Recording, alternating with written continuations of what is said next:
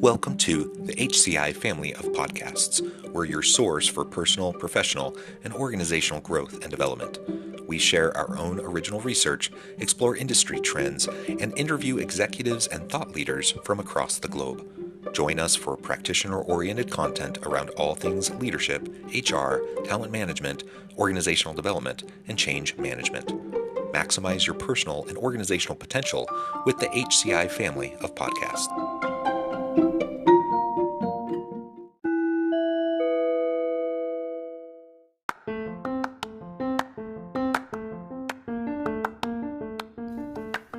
Welcome to the podcast. In this podcast episode, I talk with Peter Rahbar about why transparency from the top down is extremely important to company morale.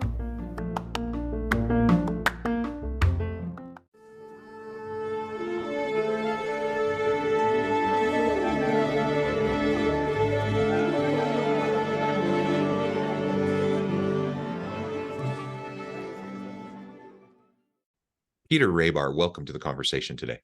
Glad to be here, John. Thanks for having me.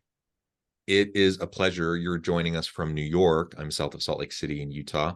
And today we're going to be talking about why transparency from the top down is so important to company morale. This is a topic I love. I spend a lot of time thinking about this. It's a common problem. I see it in most organizations. And it's one of those things that I just feel like it's largely an avoidable issue.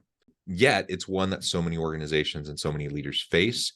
And so we're going to unpack all that and try to understand better how we can go about proactively creating a culture of openness, transparency to develop trust and really help everyone feel seen and heard and have an opportunity to contribute. As we get started, I wanted to share Peter's bio with everybody. Peter Rahbar is a workplace legal expert who guides clients through the most important decisions of their professional lives. After almost 20 years of representing major international corporations and various clients in high-profile matters, including over a decade as chief employment attorney for a major global media company, Peter founded the Rahbar Group, a boutique employment law practice based in New York City. Peter specializes in representing individuals, including C-suite executives, media personalities, and other professionals working in finance, media, sports, real estate, fashion, and tech. I could say way more about Peter's background, but I'm going to stop there. Peter, anything you'd like to highlight by way of your background or personal context before we dive on in? No, I think that was a pretty comprehensive description. Thank you very much. I appreciate it. Okay, well, great. Let's dive on in then and just start with the why behind transparency. Why is this important? And maybe even before we get there, perhaps it's worth even taking a step back and thinking historically about transparency issues. From my perspective and from what I've studied, it seems like there's been a relatively significant shift in recent decades towards more openness, more transparency. Whereas, in previous generations, in the workplace, perhaps that wasn't even an expectation of employees to the extent it is today. Is that consistent with your understanding and with your experience? Absolutely. It's a really timely broadcast moment we're having here. I mean, we are recording this during a week where, war has broken out in the Middle East. We have college campuses and workplaces, battling with issues about how to communicate. And so what is one thing that this shows to us, and really it highlights this issue that you bring up of like what employees are expecting from their managers and corporate executives when things happen, not just in the workplace, but in society. And so they want to hear from their bosses. They want to hear from their executives and leaders. And, frankly, from my viewpoint, leaders are paid to communicate and have dialogues with employees and tackle difficult issues. We have a dynamic where for years, including through the pandemic, companies have said, give us all your time, give us all your commitment. And frankly, employees have been getting less and less back from their companies in terms of, pensions, retirement benefits, career training, etc. And now coming out of the crisis portion of the pandemic, we see employees really demanding so much more from their employers and having a lot more power and exercising that in many different ways. And so what we have here, we're at a moment right now where employee expectations of their companies and their leaders are very high. And we have employers and managers who are struggling to find the right way to meet it. And for me, when I discuss these issues with executives who I represent and work with, the key issue as we talk about is trust. How do you build trust? One important way to do that is communicate. And they're struggling with how to communicate, how often to communicate, what to communicate, what employees want to hear or don't want to hear. And my advice is always on the side of like over communicating and not just about good things, about difficult things too. Yeah, well, I completely agree. I think if you're going to err on the side of over communication. And it's interesting though, so as you think about individuals who are in leadership roles, I think part of the challenge that organizations are facing and that leaders are facing is that there's a generational disconnect. So we mentioned how things have shifted, expectations, in the aggregate have shifted over the decades. The psychological contract between employer and employee has shifted over the decades. And so if you have someone who has a really great track record of experience for decades in the industry, in the organization, they may have very well come up at a time where communication, transparency just wasn't, it wasn't the expectation, it wasn't the norm. And I think a lot of leaders think they're being transparent. They think that they're communicating. They may even think they're over communicating. But in my experience, most of the time, most of their people feel like they're still lacking a ton of information and they feel frustrated by it. And like you said, this really impacts trust, because if members of your team feel like you're not being transparent with them, whether that's right or wrong, if that's the perception, then it erodes trust, and people start to fill in the gaps mentally with areas where they don't have information that they think is important. And a lot of times, if you have people filling in the gaps themselves, it's not going to be in your favor. They're usually going to be coming up with nefarious intentions or conspiracy theories or like other negative things that are often way more negative than the reality. But it's kind of human nature, and water cooler talk and gossiping and all those things, people fill in the gaps. And so trying to find ways to open up your communication is always a challenge, I think, for everybody. But especially if you came up in a day when it just wasn't as much the norm, I think the mindset shift can be really challenging. And again, I think there are lots of leaders with really good intentions who think they are communicating very transparently, who even think that they're over communicating, and they're just not in alignment with the expectations of their people. You make a lot of good points there. I mean, and I'll say, very simply, there's a lot of leaders who are refusing to update their playbooks. And in 2023, that's a very dangerous strategy. Sure, things have worked over time. And I'm not saying change everything about how you manage and lead, but you have to be open to change. And you have to understand, some of the things that you very astutely pointed out there, that, there are, I think right now, 4 or 5 different generations in the workplace simultaneously. That's very tricky. That's very difficult. The youngest generation in particular poses challenges that we've never seen before. They have access to information that no generation of employees has ever had. And they're very open with sharing information, not only about the company and what the company is or isn't doing, but also about their own personal work situations. I mean, just think about that for a second. I'm Gen X, the squashed generation. We never talked about salary.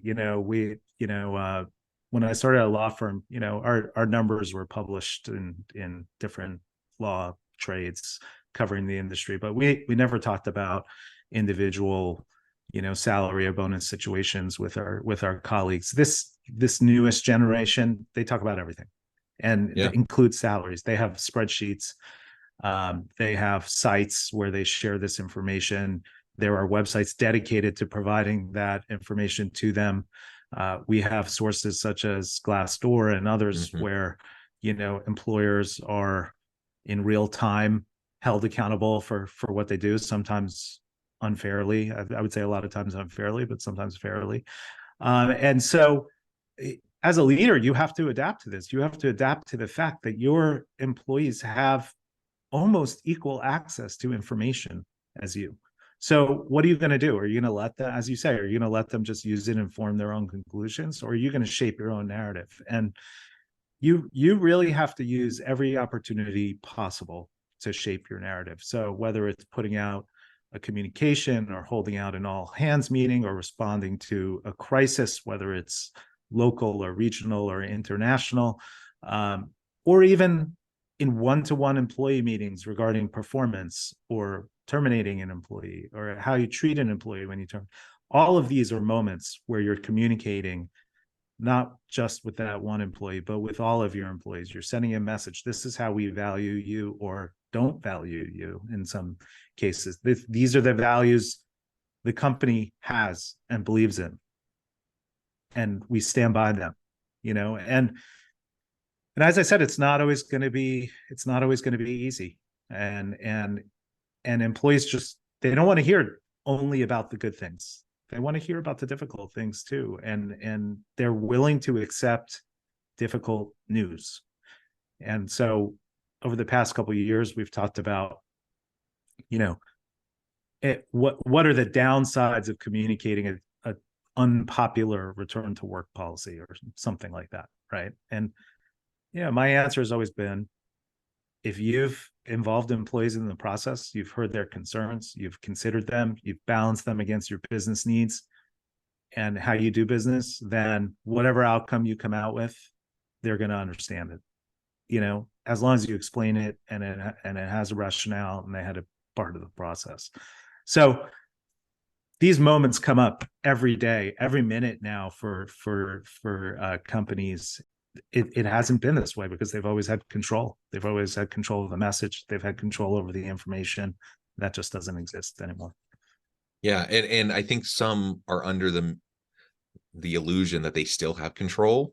And in some cases, they do to some extent, because if they but here's the issue. If they do still have control, it's only because they're hoarding, like they're becoming gatekeepers of information, hoarding information. And that is like the worst case scenario in terms of negatively impacting trust and morale and people, attributing a nefarious intent towards, a given leader. It's just not the world we're in today. To your point, any younger person just about, has not only the skill set and access to a wide variety of information, but their kind of baseline expectation level about how communication will occur and how they interact with their leaders has shifted. And so power via information control, in my opinion, is just not a great strategy in today. Like no. it may have been a viable strategy, decades ago, but I just don't think in most cases that's going to be a viable strategy, and you're going to ultimately undermine your own influence because you're going to erode trust. And again, as I think about younger people, younger members of the workforce, sometimes they get, the rap of kind of being the entitled generation, or they're not willing to put in the, grind and put in the work and pay the dues that older generations may have had to do or felt like they had to do in the workplace. Mm-hmm. And I mean, there could be some truth to that, but largely, I'm a university professor in addition to doing consulting work and going out and working with organizations. And largely I'll tell my students, these are the types of organizations you want to work for. These are the types of organizations or the types of leaders that are going to be effective. We talk about healthy organizations, and we talk about toxic leadership, and we talk about, the types of things that will help organizations run more effectively and teams run more effectively. And so I would like to think at least some of this entitlement is really just a generation or two of workers who've gone through their educational system with a different playbook. They just understand, like, these are best practices. These are the types of things that should happen. And when they don't happen, they're holding their leaders accountable. Whereas previous generations, a lot of times were just like, well, what am I going to do? So you just kind of deal with it. And the younger generation is just like, no, I'm not dealing with that. I'll go to a different place. And there's enough fluidity in the job market and enough demand for labor and enough of a shortage that, that has worked for them just fine.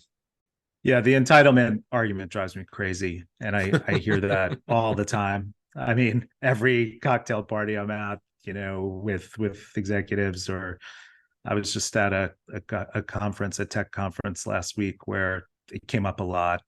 Look, I worked with a lot of entitled people too when I entered the workforce 30 years ago. I could tell you exactly, what they said, and you'd be shocked how similar they are to what people are saying now. I mean, we used to mock the lawyers who would walk in day one and say, I want to appear in court, and, I deserve to do the deposition or whatever. And, there were people like me and others who were sitting at their desk reviewing thousands of boxes and documents, because that's what first year lawyers do at big law firms. The same issues exist. It's just, how do you manage people like that? And yeah, these people have more outlets for their frustrations and views, so they're more vocal about it, right? I mean, when I entered the workforce, we didn't have social media, so the entitlement was limited to the office mates and the water coolers and the cocktail parties. Now it's blasted over social media, or different websites criticizing companies, and yeah, you have to adjust to it. This is your workforce, so you have to adjust to it. And I mean, the reality is, it doesn't matter if they're entitled or not, because it's the reality. So we got to figure out how we're going to work within this reality effectively, or we're going to become irrelevant, and we're not going to be able to attract and retain good people from these generations of younger workers. So again, and language. Go ahead. Language is very important. I mean, for a leader to be making a statement like that, particularly publicly, I think is viewed as very disrespectful to employees, as it should be.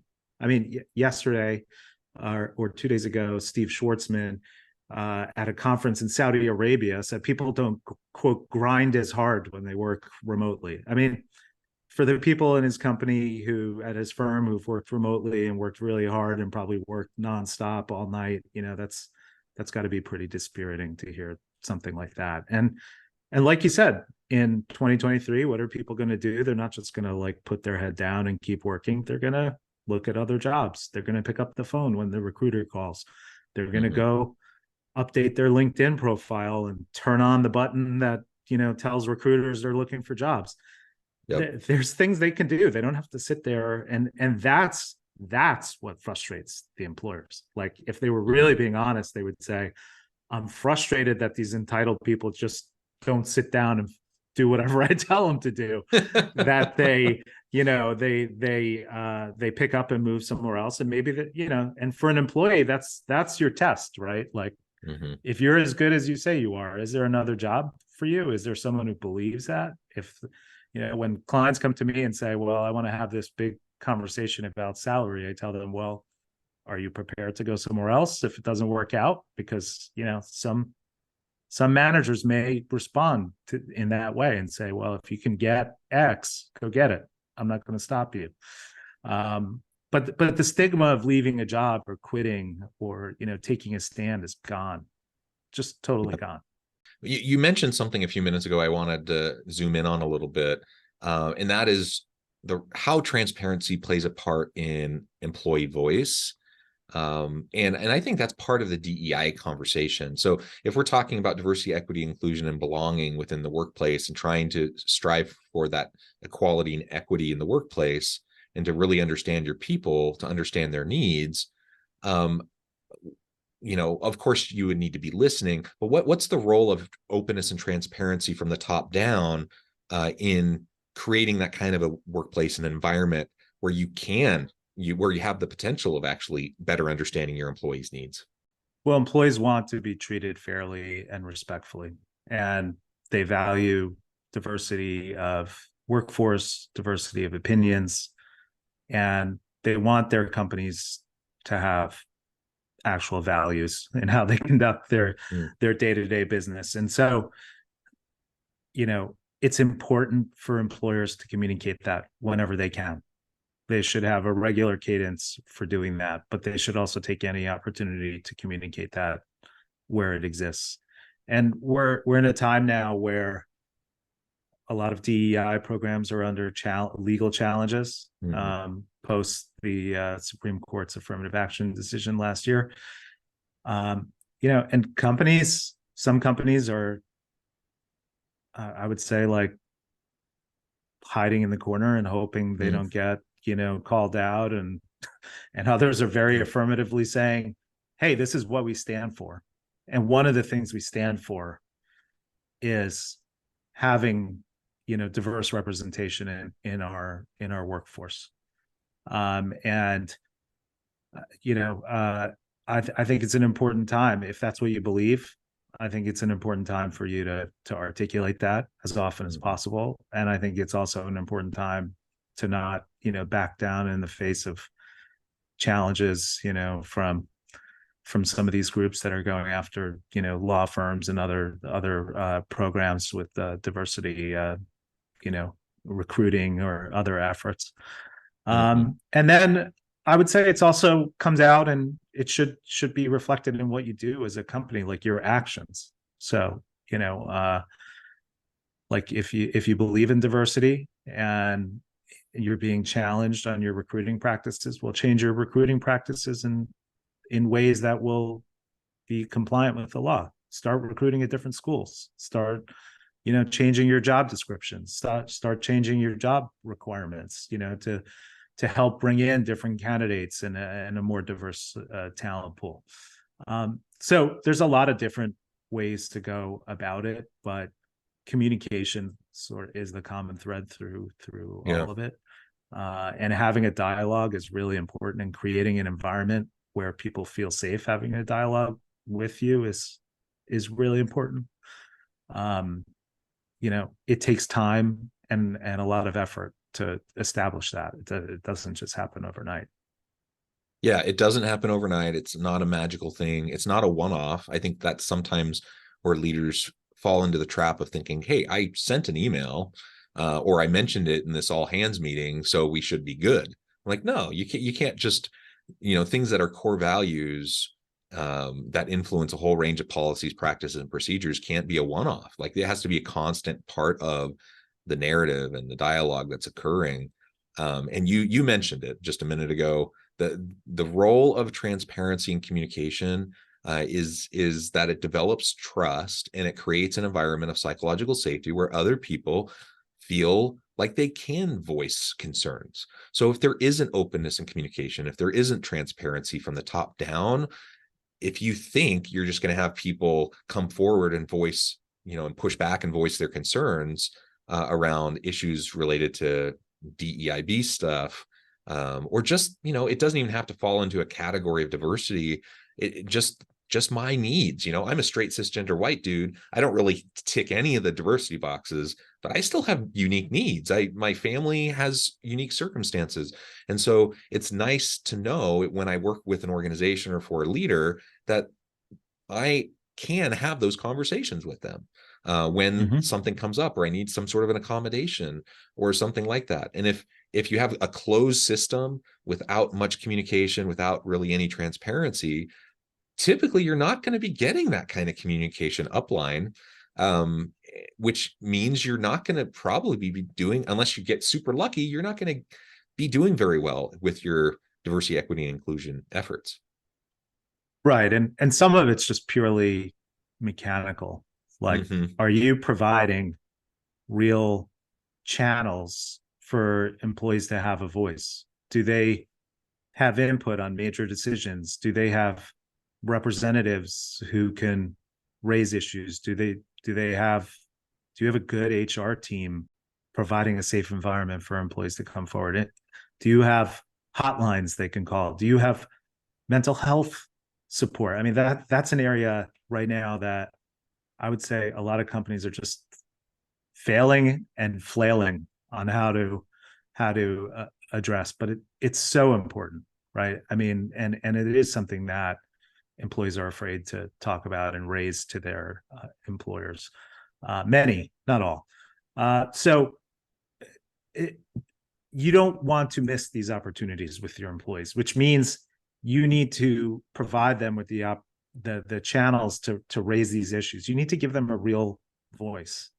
If HR is supposed to be that voice in that channel for employees, then let's make sure that HR is really acting in that way and not just viewed as, another arm of management enforcement, which is I think, unfortunately, the sort of de facto view that most people have of or default view that most people have of HR. So, are you having one-on-ones regularly? Are you having small group meetings? Are you having all hands? Like, these are all things that, employers should be doing all the time. And yeah, it takes a lot of effort, takes a lot of time. Yeah.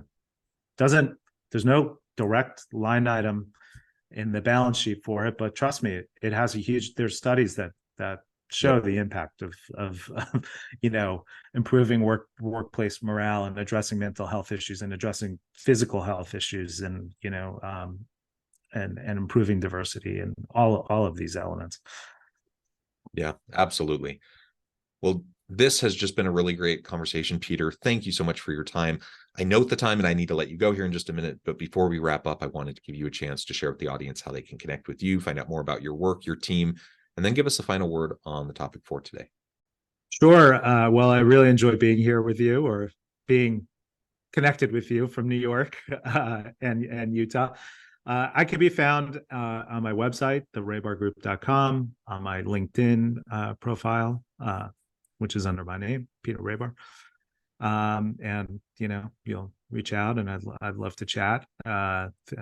I deal with these issues exclusively: employment law, workplace issues. That's all I do. And I think my parting note is, if you're a leader of an organization right now, these times that we're going through right now, this is why you're being paid the big bucks. Make the difficult decisions, do the right thing for your company. Think about the impact on your employees of acting or not acting.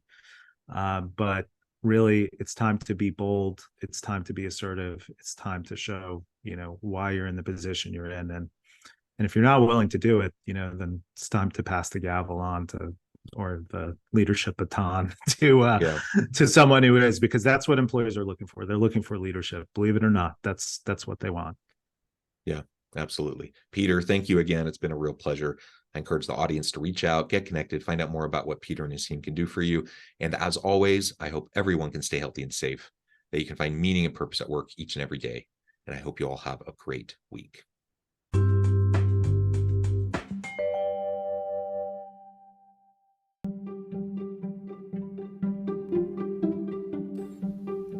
Thanks for joining us for this episode of the podcast. We hope you stay healthy and safe, and please join us again soon.